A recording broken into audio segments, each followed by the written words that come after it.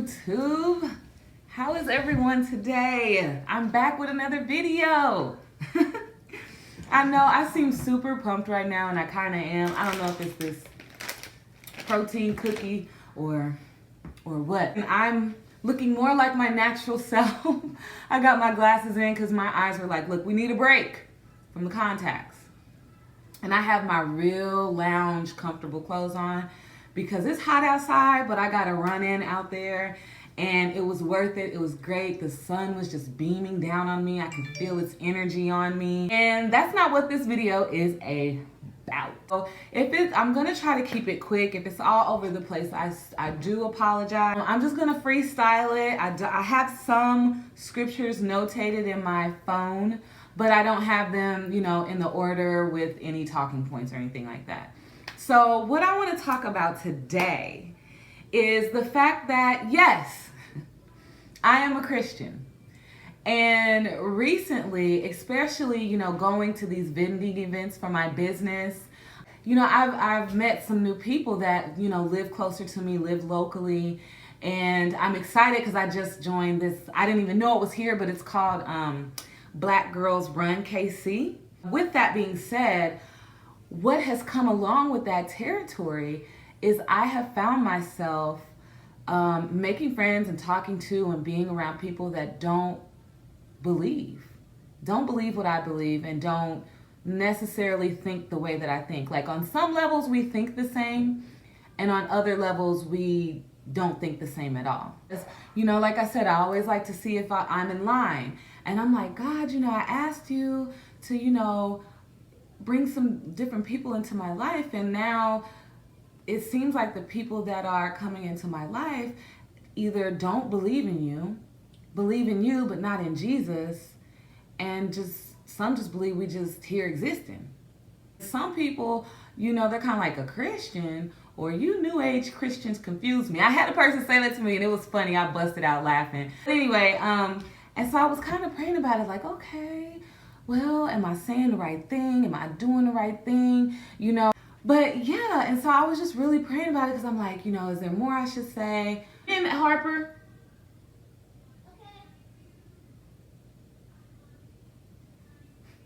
I got 4, so, be right back. Okay.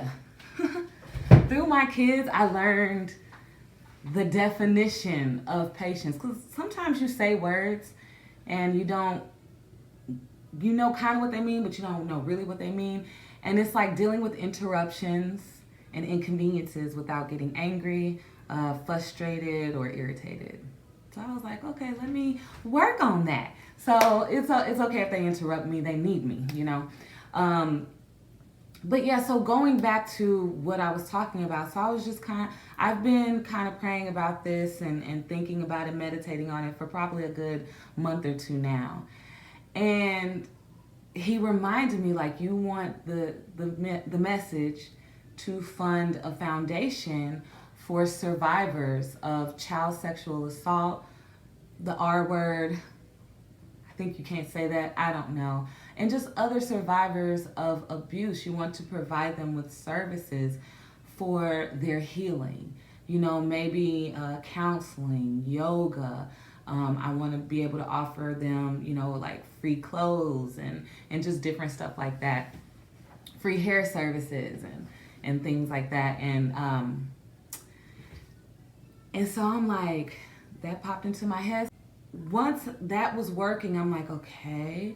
And it's like, if you're only around people who think like you and who believe like you, how then will you be able to use what I've given you, your personality, your sense of humor, your relatability, to draw others in? And if you want a foundation that is going to offer these services to these individuals, this was good. You have to realize that not everyone that is going to need your service is going to believe what you believe or think the way that you think. And you have to know how to deal with that. And I'm training you to deal with that. It's not it's good to be around people who think the way that you do and who believe the way that you do. But how then are we going to bring more people into the fold, into the family, into the kingdom like I'm called to do, like we're called to do? I can't do that if I'm just around people that's like, yeah, I believe. No. And it's awesome because I'm not here to tear down and tear up someone's beliefs. You might have had that belief for many, many years. I'm not here to look down on you and judge you. I'm not here to say, oh, you're a demon or a witch because you like the lake. Come on, Christians, we got to do better. We got to do better. No, I'm not here to do any of that. I'm just here to lift you up. There's nothing more, there's nothing that I love more than making someone else smile. I love it. I love it. I was talking to this young girl. She was about in her 20s. And she sat down, and she was a friend of mine's friend, I believe, or a relative. And we're talking. I was just like, okay, hey, so what's your name? And she told me, and then she told me what she does. And I'm telling her, you know, what I'm trying to do and what I do. And I think I was like, woo, I needed to get out of the house. I was like, Lord, thank you for this event because, you know, I needed to get out of the house. And she kind of was like, and I peeped it. And so I was like, oh, well, I'm a Christian, so I talk like that. And she was like, I'm not a Christian. And, you know, her demeanor was changing a little, but more so like, I'm interested, like I'm intrigued, like what's... And so I was like, okay, well, that's okay. I am a Christian, but you know, that's okay. God gives people the free will to choose. And she just kind of was like, and she was like, right. And then she started telling me things that her mother had said to her, because I'm sure that she told me a lot about her story. And at a young age, she's experienced a lot of things. And, you know, I kind of don't like our older generation. Even me, I'm 38, and I believe she was mid-20s or early 20s. And it's our job to lift the young ones up. We got to hand the baton to somebody. If we tear everybody apart, who are we going to hand the baton to? Nobody's going to want it. They're going to be like, no, mean, and say all these mean things that I don't even understand. You can't count a 20-something-year-old child out. You can't look at a 17-year-old girl, us Christians, and be like, look at her. She's 17.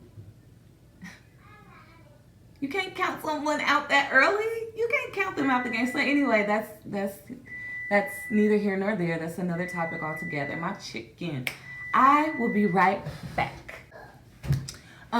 Just really quickly, I've had other people tell me about inappropriate things that, hold on one second. I'm going to get into what people have said to me that they have experienced and I've heard with my own 2 ears. And then I did some research online as well. Hi. Mommy, John, if you eat it all. Let me get through this. So, pastor's wife said something extremely inappropriate. Really hurt her. And it really made me like, where is this place? We may not want to call it this, but it is called sexual harassment. We've had people that have been inappropriately propositioned by pastors or members of different things. We have children that have been beat. I had a girl, lady told me she got beat with the Bible. She used to get beat with the Bible all the time. So those are some of the stories that I've heard. You know, the young lady, her mother says very awful, hurtful things to her. I've spoken to a young man that was a homosexual that had his grandmother who kind of raised him, and they were like this. And he came out to the family, and she tore him to pieces with words. And up until then, he had a belief But after that, he was like, I can't believe my own grandmother would say that. And I'm like, you know, so, and a lot of times they just share their story. They don't want to be, from what I've experienced, no one wants to be preached at, really. They just want someone to listen to their story. And I definitely will listen, and I will ask questions. You know, asking questions is a form of showing someone, I hear you, I'm listening to what you said. So I went ahead and Googled why some people have said, what did I Google? Okay, so this one says 9 reasons why some people abandon Christianity or the church. So let's see, let's get down to it. Let me read it quick, come on. Parents. So research shows time and again the significant and important role that parents play in religious identity. Education. Going to college has been shown to play a large factor in the rejection of religious beliefs or, you know, Christ. Yes, you may. Other cultures, so people start encountering people from other cultures, and it's like, oh, you know, that sounds peaceful. I've been around some really angry and bitter Christians, and here you are meditating. And misfortune. The loss of belief is tied to the experience of a pain or a death, and unanswered questions, typically why. Friends, so relationships, romantic, work-based. Sometimes people can sway you, because I've had some people that I was like, wow, she said that real eloquently. Huh. Politics, you know, seeing how it says embracing progressive political ideology and being turned off by religious right-wing political parties contributes to the rejection. Sex, the desire, the guilt, homosexuality, you know, being bisexual. This one was really good. I was like, right. I had to struggle with that and pray with that and be delivered from this one. Is Satan and hell. Many non-Christians who grew up in Protestant, Baptist, let me throw Baptist in there. I'll throw all of them in there. And Catholic households were ingrained with a deep fear of Satan and hell. As they grew up, this fear became so overwhelming that they began to resent this aspect of Christianity. Yeah, I actually had to deal with that, and I had to be delivered from that because, you know, me and my husband, we did grow up different religions, and it was almost like I was saying like he was up on the same level, because it's like the devil tempts you, and remember when Jesus was tempted on the mount, and as soon as you get a blessing, you know you're gonna get a test, you know, and it's just like, at the name of Jesus, demons flee. So all I gotta do is say Jesus, and they like, whoop. Wrongdoing, scandals of religious associates, so people getting caught cheating, people getting caught touching kids, people who caught just stealing money, all of that. Well, this other one said not. That was the one I just read. This one says. I do know of some Christians that would probably get mad at this, but I didn't. 10 reasons I don't like most Christians. Some of this stuff that I just read is like, yeah. They consistently seem angry and bitter and worried. They don't dream big dreams. I do. They seem to worship their theology more than Jesus. They don't like it when other people or ministries experience success. Well, yeah, you've seen people get jealous. They use prayer as an excuse for inaction. I mean, they're more concerned with the BMW next door than the lost person who drives it. Wow. Okay. They would rather people live life without Jesus than give up their personal preferences. Wow. They are fake. They think they're better than other people. Man, people think that all the time. And can I just say, guys, Lecrae, his new album on Apple was just able to be downloaded like a couple of days ago, and I have just been listening to it. And he has this song for those of us that are like, They think they better. I mean, I can see how you could say that, but it's called Nothing to Hide.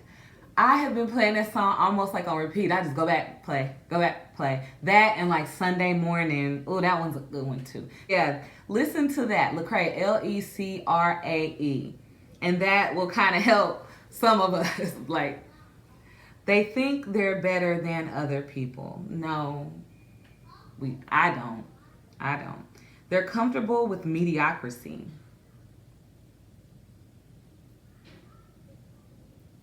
Okay. He has some little other commentary that he says in here. What would I like to say about that as a Christian? No, I don't think I'm better than anybody.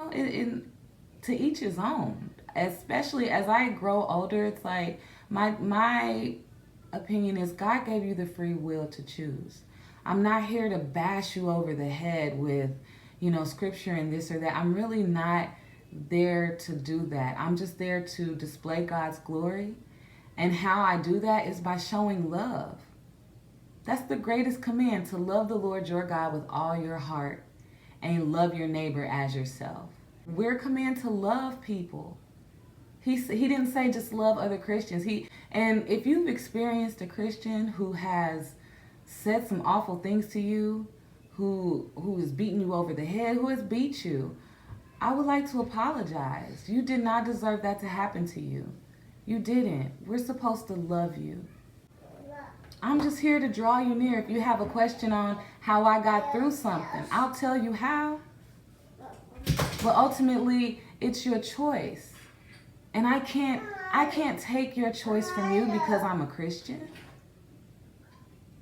If God gave us the free will to choose and he didn't make us robots, who am I as a human being that sins herself? I'm sorry. And for the people that have experienced inappropriate things at church or at the hands of people who are holding these positions, let me just say, Jesus teaches, and he told his disciples, don't forget what I've told you. And there is so many scriptures from Matthew 7:15, Matthew 24:11, Matthew 24:24, Mark 13:22, Luke 6:26. Ooh, 2 Peter chapter 2 verse 1, 1 John 4:1. Check those out. I hope I didn't say those too fast. I'll list those in the description box. It's talking about false prophets. There are many false prophets that have entangled itself with us. Many of them. You're not going to know who they are until they do something. But there are many false prophets that have gone out there. Many.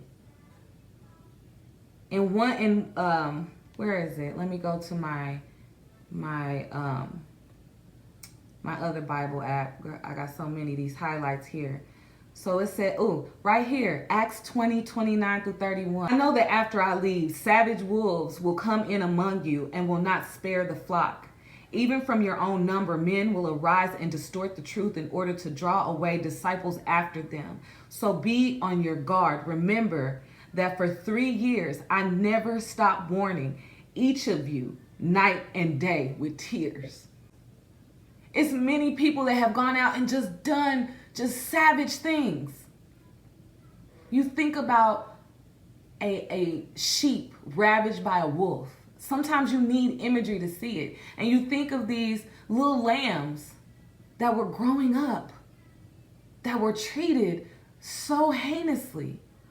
We got to do better. We got to do better. Now I understand. I'm understanding why. And these people have embraced me, are friends with me. They listen to me. We've had some dialogue, with what is called the New Age Christian. I just was like, there's nothing, and I've always been like this since I've been a little kid, and I can remember it getting on one of my science teacher's nerves. There has never been anything that anyone has ever told me that I can't draw back to God. What about the singular moment of the single atom that burst? I can see that. But you said you're a Christian, you believe in God. Well, he said in the beginning was darkness, and he said, let there be light. So I could totally see just like this burst. And they're like, how can, yeah. What about zodiac signs? I don't worship zodiac signs.